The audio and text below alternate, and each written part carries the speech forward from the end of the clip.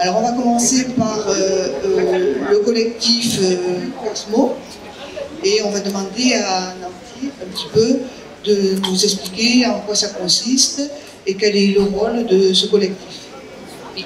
Bon, moi je suis Nancy Vanès, je suis responsable pour le marketing et communication et commerce pour le collectif Cosmo qui existe maintenant, ça fait à peu près 2 ans sous le nom de Cosmo. C'est un collectif de 8 entreprises à Agenor, tous à Agenor.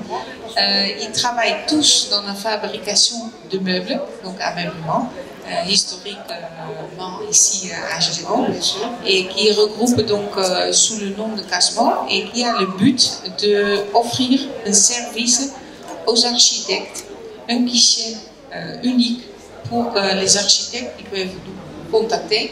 Expliquez-nous exactement. Donc, un architecte rentre en contact avec vous, il a besoin de faire une maison, par exemple.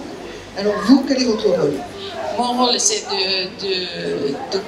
le premier contact avec l'architecte, de savoir ses besoins. Donc, est-ce qu'il y a besoin d'une cuisine, une dressing, la literie, les rideaux, donc toutes les panels qu'on peut imaginer dans un projet d'architecte. Après, je contacte les entreprises qui font des devis pour l'architecte sous le nom de Cosmo. Donc l'architecte, il a un devis avec toutes ses parties. Et après, ce n'est pas obligatoire de travailler avec ce que nous allons offrir. On peut aussi choisir, voilà, par la cuisine, les rideaux, je veux. Et comme ça, derrière ça, si le devis est validé, on va coordonner le projet. Bien, alors maintenant, on va passer à nos 2 autres invités. Alors, on va commencer par Thierry Rouillac. Alors, vous faites partie d'un autre collectif qui s'appelle les Pépites Basques-Hollandaises. Et d'après ce que vous m'avez dit, les sièges Bastia font partie aussi de votre collectif. Donc, je fais partie du collectif Cosmo, mais aussi les Pépites Basques-Hollandaises. Alors, vous êtes vraiment un artisan et vraiment vous innovez. Alors, vous êtes vraiment le top, quoi. Alors, est-ce que vous pouvez d'abord vous présenter et nous dire qui vous êtes et ce que vous faites? Alors, bonjour à tous. Thierry Rouillac, donc moi je suis maçon de métier. Oui. Et je me suis formé à la technique du terrazzo, qui est une technique très ancienne, connue en maçonnerie. C'est du béton poli.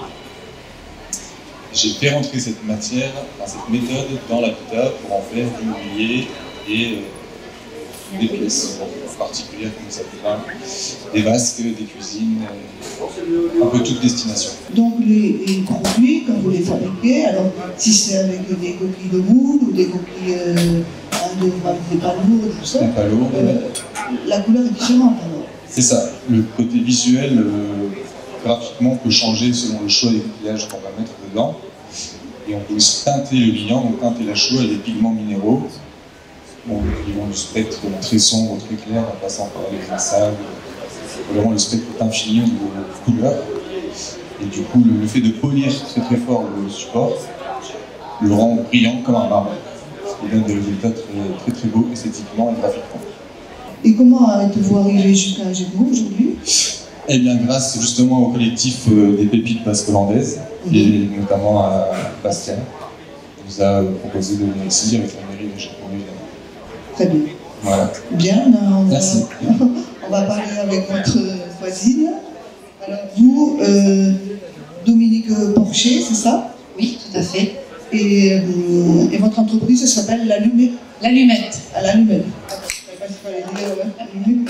C'est une contraction de la lumière à tous les étages. Je fais partie du collectif Pépites Basques-Hollandaises également.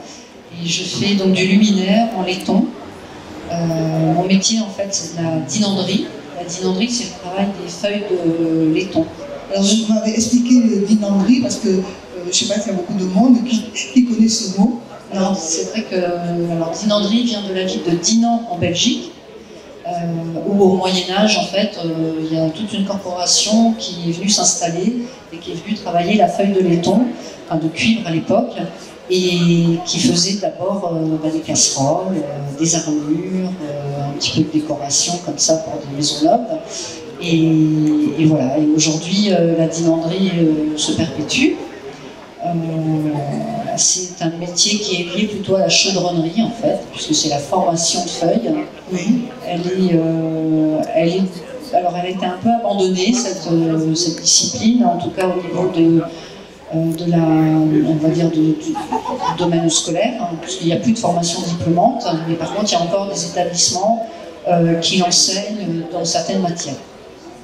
Voilà, moi j'ai fait des stages donc, pour apprendre la dinanderie et j'ai fait également une formation en ferronnerie d'art.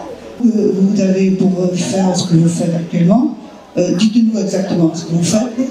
Alors moi je fais du luminaire. J'achète des grandes feuilles de laiton qui font 2 mètres par 1 mètre et je fais un dessin. D'abord, tout commence par un dessin sur le papier et ensuite je fais un gabarit qui me permet de mettre en volume mon projet. Et après, je coupe ma feuille de laiton et je la forme sur des petites enclumes qu'on appelle des tas. Et voilà, et je frappe le métal avec des maillets en buis qui me permettent de former le métal sur la forme petit à petit de façon circulaire. Donc c'est un travail qui est assez long et qui demande beaucoup de patience, beaucoup d'envie. Mais quand le résultat est là, on est vraiment très fiers.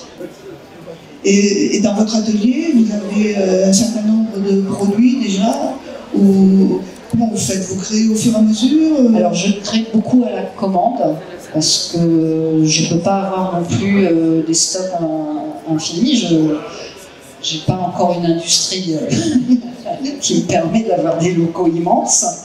Mais j'ai toujours un modèle de chaque exemplaire, on va dire, sur la ligne. Et puis après, c'est à la demande. Hein. On assemble, on fait ce qu'on peut. Voilà. Bon, je vous remercie. Merci beaucoup.